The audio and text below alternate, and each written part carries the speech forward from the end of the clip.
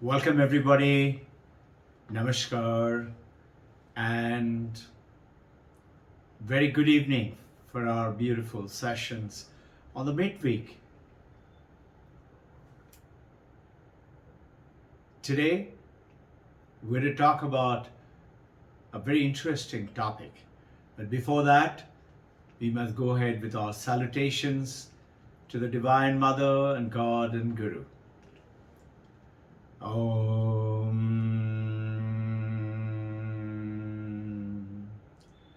Asato Ma Satgamaya Tamaso Ma Jyotirgamaya Mrityurma Amritam Gamaya. Om Shanti Shanti Shanti. May the Divine Mother guide us, protect us, hold our hand, and take all of us from unreal to real, from darkness of ignorance to bliss of wisdom and knowledge, from death to immortality. Om, peace, peace, peace.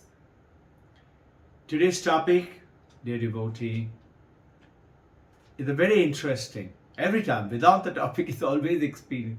And most exciting is about knowing about God, about who we are, and how we relate to one another. Now, if you look carefully, we tend to blame our life,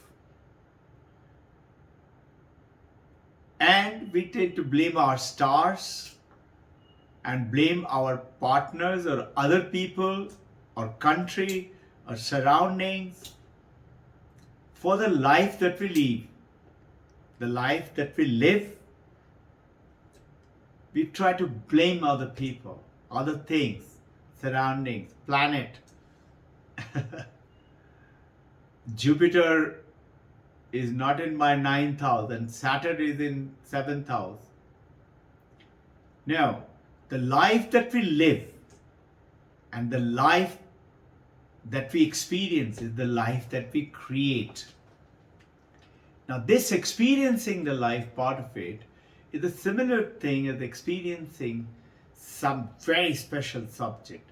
Now, if you look at religion, knowing about God, talking about God, has been purely from time memorial, is of faith, is of trust me, have faith in me, have faith in the book, which is, have you realized ever that all the other religion, every religion has got a book? Christianity, Quran, Guru Gobind Singh, Guru Granth Sahib, Mahavir, Jain, Buddhism, and Hinduism is the only one where it is not a book. There is Bhagavad Gita, but it is the supreme knowledge in the Advaita. But in the Bhakti Yoga of Hindu is trust the book, trust the Satyanarayan Katha, that is in the Bhakti Yoga. So now, what I'm trying to get through to our take on the topic of lecture for the understanding is that it is based on faith. And in the Western world, religion has another name, and that name is faith. Now, when Swami Vivekananda went on about 130 to 132 years ago, exactly going to be 11th of September, 132 years stepping on. 1893, 11th September, 1893, Swami Vivekananda went out to United States. And he talked about that, what is it? What does it say? That if you've been a good person, good girl, good boy, then you will see God. When? When you die. In other words, post-mortem. No?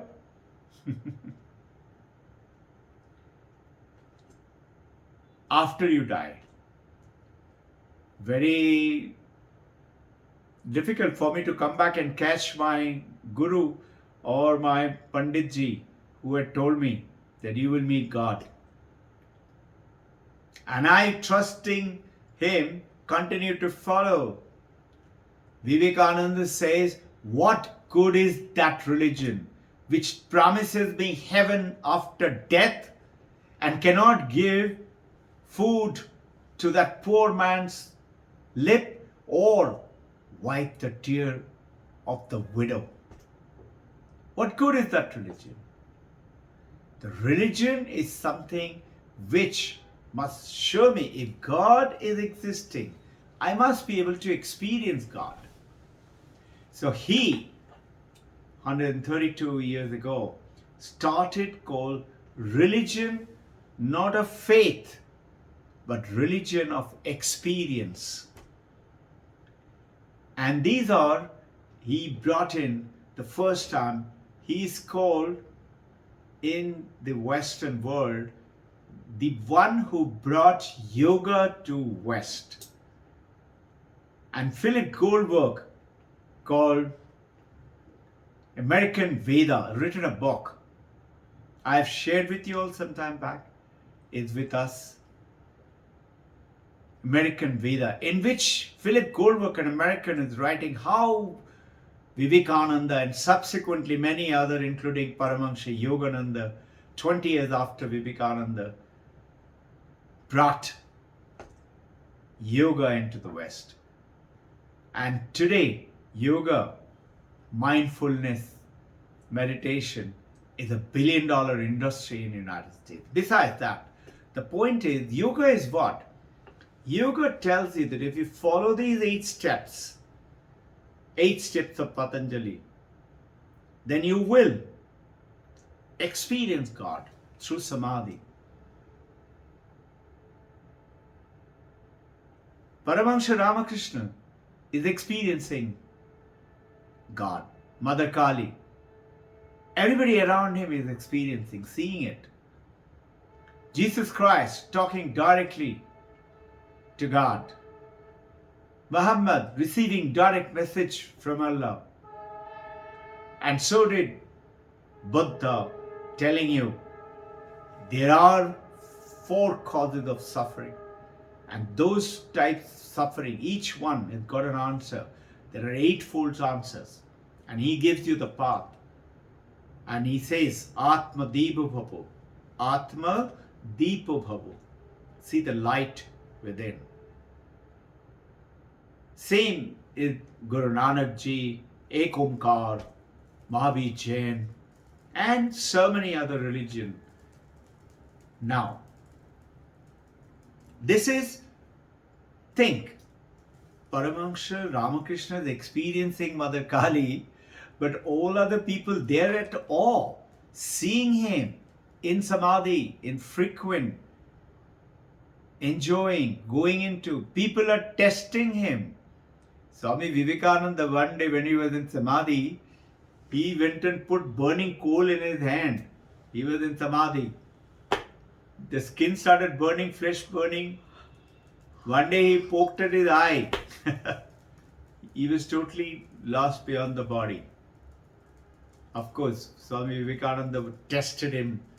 And when other people scolded him, Paramahansa Ramakrishna fired the guy who was scolding Vivekananda. Why do you want to challenge him? He is testing his guru.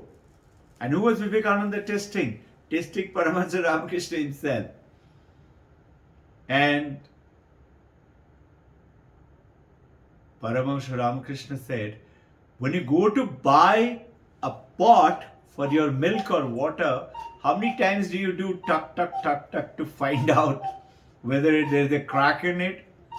How many times do you have when you buy, those days, 10 rupees note, 100 notes in 10 rupees. How many times do you count it? And today, how many times do you count your 500 rupee notes, or 200 or 100? And few days back it was 2000, no? So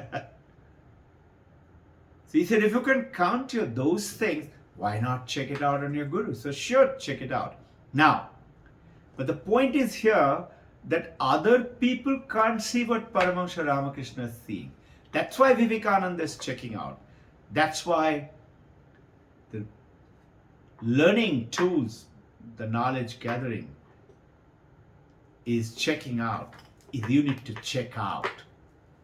Check it out. So Vivekananda brought third language. So first is language of faith, of the faith-based religion.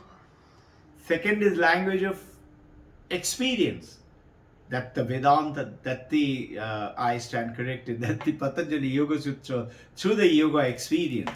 And then come the third, is the language of knowledge, Vedanta. Now, you and I have heard, what is this language of knowledge? You and I have heard that the postmortem proof can be very misleading. That is, when you die, you will meet God. Now, God is something to be experienced, is what Vivekananda brought to the West world. It is not to be just believed into the preacher, priest, or your leader. Whether we have an immortal soul or not is something which you must experience it. If somebody says it is so, why can't you see it? Somebody says you are light, see the light, experience the light. And this is what made Norin a young English educated presidency college student to Vivekananda, because he experienced it. Now, the results of religion, attainment of bliss, ananda, attainment of permanent peace, overcoming suffering, etc., must be experienced in this life. And this is what Vivekananda is saying, that what is that religion which promises me heaven after death, whereas I cannot wipe the tear of a widow or give meal to a hungry mouth. So religion must give tangible results in life for you and me, dear devotee. The religion of knowledge tells you, you and I, God is everywhere. We keep hearing it. No? God is in you, God is in me. So think, God is omnipresent, everywhere present. God is omnipotent, and God is omniscient, infinite. Every moment, every time, every place, through the eternity. If so, I'm actually inviting trouble for myself, or those time, the ancient Advaita Vedanta, starting from ancient rishis of our India, 6,000 at least years ago, and Shankaracharya 1400 years ago, and Vivekananda 132 years ago, brought it to the world because of his guru, Paramahansa Yogananda, brought it the knowledge of experience, the religion of experience through the Kriya Yoga and meditation and Samadhi. Vivekananda brought the third one, called the language of knowledge.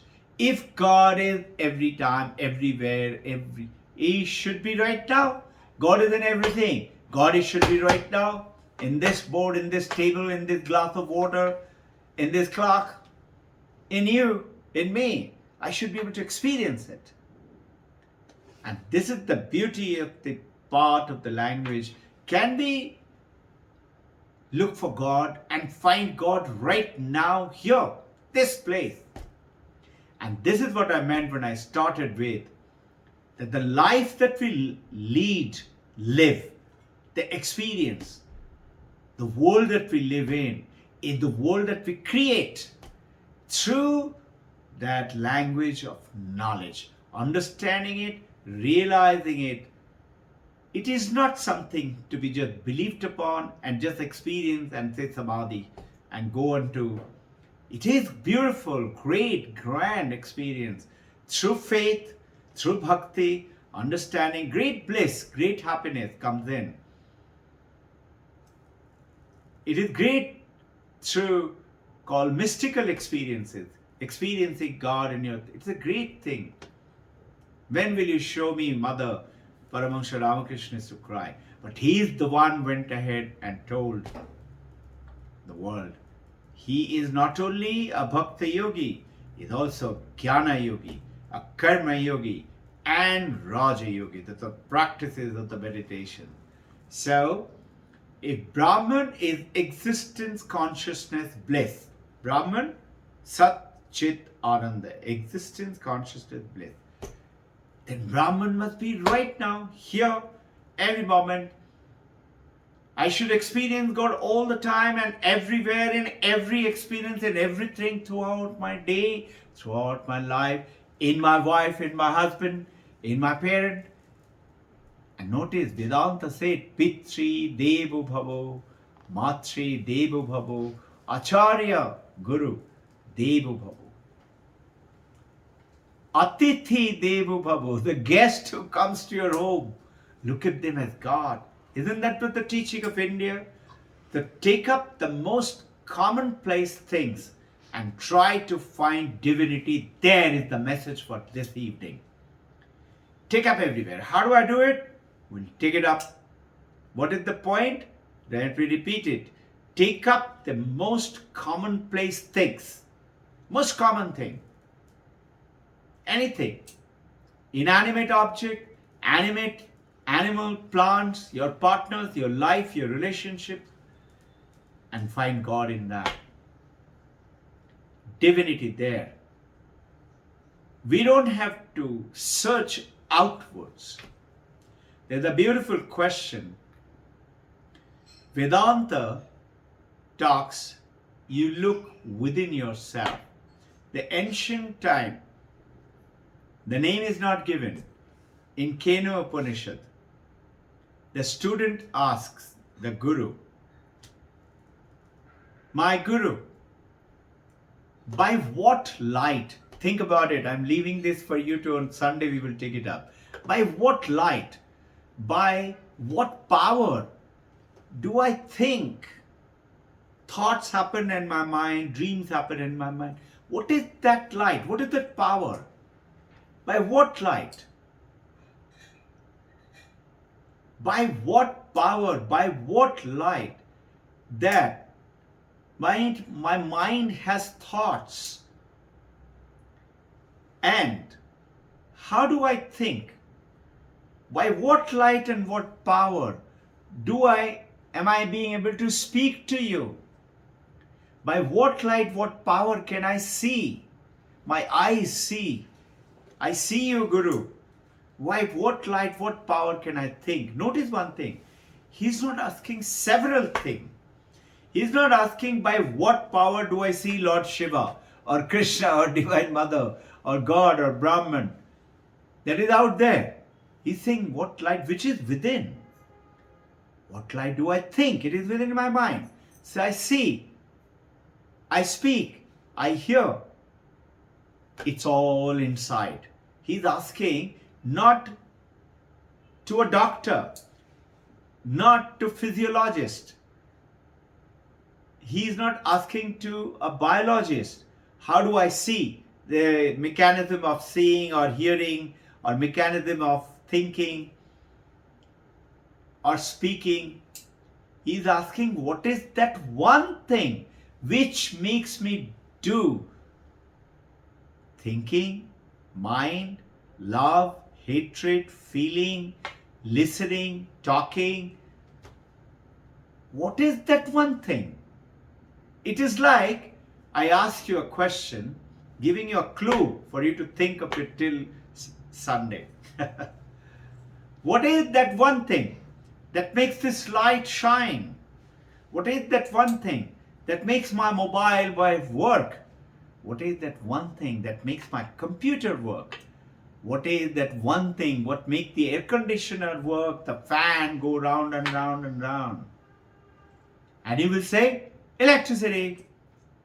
Very nice. Yes, it is so. So what is that one thing? He's asking Guru. And notice, Guru could have easily given the answer, even I know that answer now, by the consciousness, isn't it? He could have easily said, it is the consciousness which is within you, which gives you the power for your mind to think, empower the mind, empower the ears and the eyes and the speech and things like that, the five senses, brain and the mind. He could have easily said that. He didn't say that. He said, Sratyasya Sratya Manaso Manote, and like that he goes on to say, it is the eye of the eye, it is the ear of the ear, it is the mind of the mind, makes you see. Eye of the eye makes you see. It is not eye, but it is something which is called the eye of the eye, something which is called the ear of the ear, something which is called the mind of the mind, which makes you do that. Do a little research and we'll come back to it. Do you know why did he say that? Very simple. If he had just said consciousness, we would think it is an object. What is an object? Everything in your life today is an object that you experience. Everything in this life. Your thoughts are object as per Vedanta. People, things, clouds, planets, places, mountains, hills, dogs, dolphin, that clock, that mobile, everything is an object. Object and consciousness. Consciousness with which we experience. This computer I experience through my consciousness, and computer should be there. So if he had said it was consciousness, then the student will start looking for an object in his life out there. Out there. Meditate on it. Beautiful, most powerful answer. What a wonderful gift of the ancient rishis, of the gurus, through the blessings of the Divine Mother and Brahma, Vishnu, Maheshwara and Brahman. May the Brahman, may the Divine Mother, our gurus, Brahma, Vishnu, Maheshwara, and Lord of your religion, bless you, bring you peace, happiness, and joy, attainment of every wish that you have, and work a little bit.